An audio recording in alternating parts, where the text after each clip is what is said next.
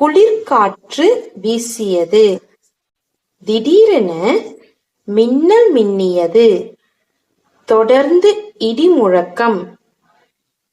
அரை மணி நேரம் வரை ஒரே இடி முழக்கமும் மின்னல்களும் எங்களை திணறடித்தன.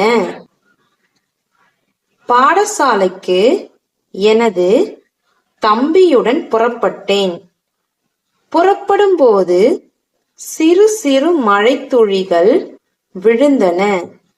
குடையை விரித்து பிடித்தபடி நாங்கள் மெல்ல மெல்ல பாடசாலையை நோக்கி நடந்து கொண்டிருந்தோம்.